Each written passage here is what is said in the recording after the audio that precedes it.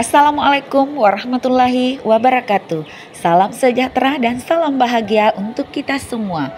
Saya Marniati, calon guru penggerak Angkatan 10 Kabupaten Jeneponto, akan memaparkan demonstrasi kontekstual penerapan segitiga restitusi modul 1.4 budaya positif.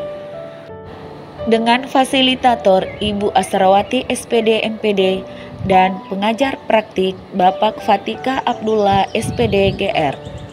Video ini adalah praktek segitiga restitusi untuk menyelesaikan permasalahan siswa di sekolah saya.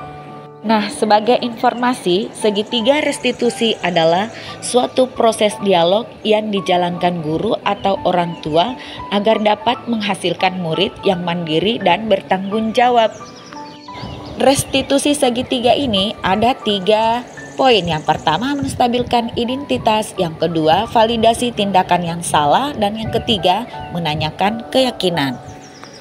Pada tahap menstabilkan identitas, dilakukan berdasarkan pada prinsip membuat kesalahan adalah bagian dari proses pembelajaran yang nantinya akan menggeser identitas gagal ke identitas sukses.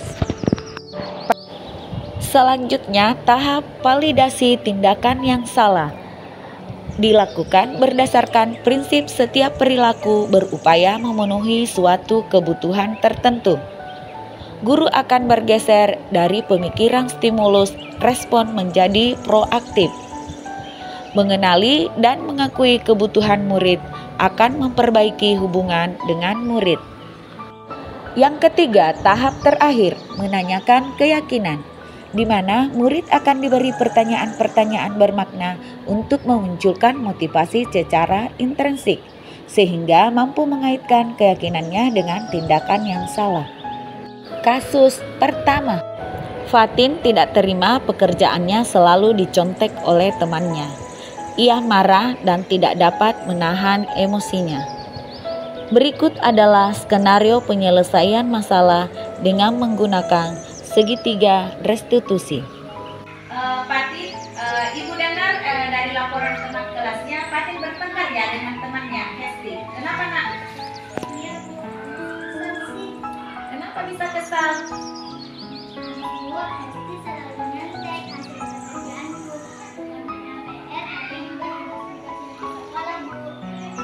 Oh begitu, jadi kalau misalnya Fatin kesal, tapi saya dengar Fatin memukul atau mendobrak bangku Hesti ya? Iya Bu, saya marah Bu. Saya memaki Hesti dan tanpa sadar saya mendobrak mejanya. Oh begitu, kalau begitu pasti ada alasannya. Alasannya tadi katanya mencontek Hesti. Iya Bu, masa saya diam saja? Padahal saya berusaha payah mengerjakan tugas tersebut. Tapi Hesti selalu mencontek, tidak mau berusaha sendiri. Oh, wajarlah kalau Fatin merasa marah karena selalu dicontek. Terus Fatin tidak memukul Hesti ya? Tidak Bu. Sekarang coba Fatin pikirkan, kira-kira kalau misalnya Fatin mendobrak bangku Hesti, menurut kamu itu sudah masuk keyakinan kelas tidak? Tidak Bu. Hah? Itu pelanggaran tidak? Pelanggaran yang dilakukan oleh Fatin. Nah, itu masuk keyakinan kelas tidak? Iya Bu. Keyakinan kelas yang mana? Harus menghormati teman Bu. Iya, berarti itu masuk keyakinan kelas, harus saling menghormati dengan teman. Nah, sekarang itu betul sekali ya. Terus menghormati dengan teman itu apakah penting? Iya Bu, penting. Nah, terus kalau misalnya itu menurut kamu penting, kenapa keyakinan yang harus kita lakukan itu pada saat kamu sedang marah harus mendobrak itu bangkunya Hesti? Nah, berarti kita harus apa dulu? Harus iya, Fatin harus lebih bersabar. Nah, tidak boleh lain kali tidak boleh lagi mendobrak. Tanya baik-baik Hesti kalau misalnya dia mencontek, nah ya. Terus kira-kira apa yang Fatinnya lakukan kalau masalah ini bisa terselesaikan? Saya bersedia lebih sabar dan menyenangkan emosi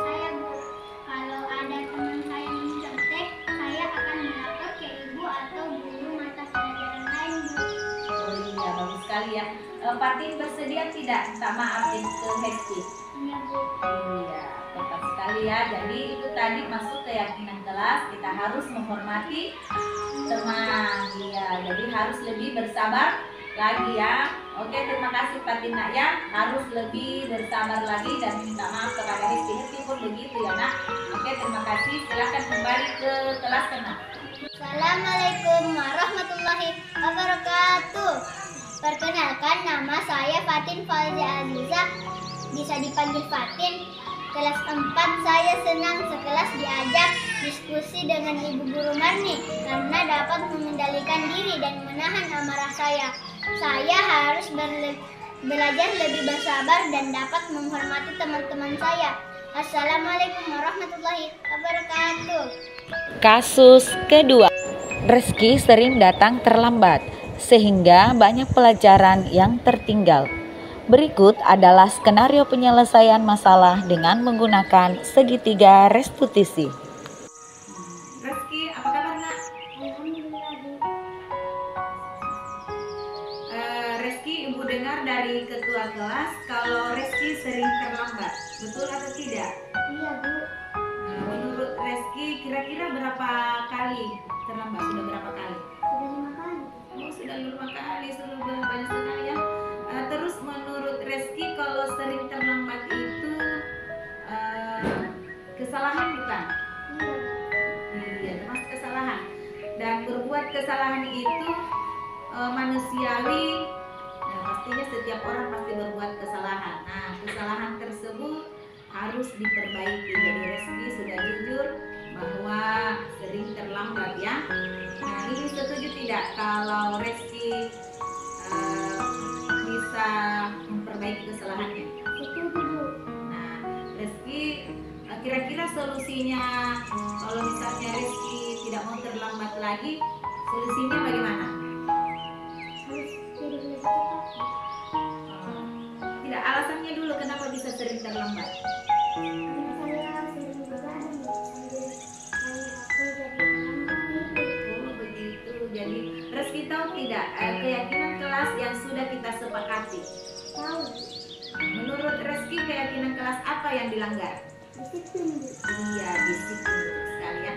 Jadi menurut Reski kalau disiplin itu penting tidak? Penting, Bu, untuk saya dalam tepat waktu dan bisa menghargai waktu. Iya betul sekali. Jadi disiplin itu sangat penting, utamanya ketepatan waktu ya. Nah untuk itu kita harus menghargai orang lain, menghargai diri sendiri, disiplin waktu, terus harus melatih diri untuk rasa kepeduliannya. Jadi bagaimana, menyesal tidak? Menyesal, Bu. Kenapa?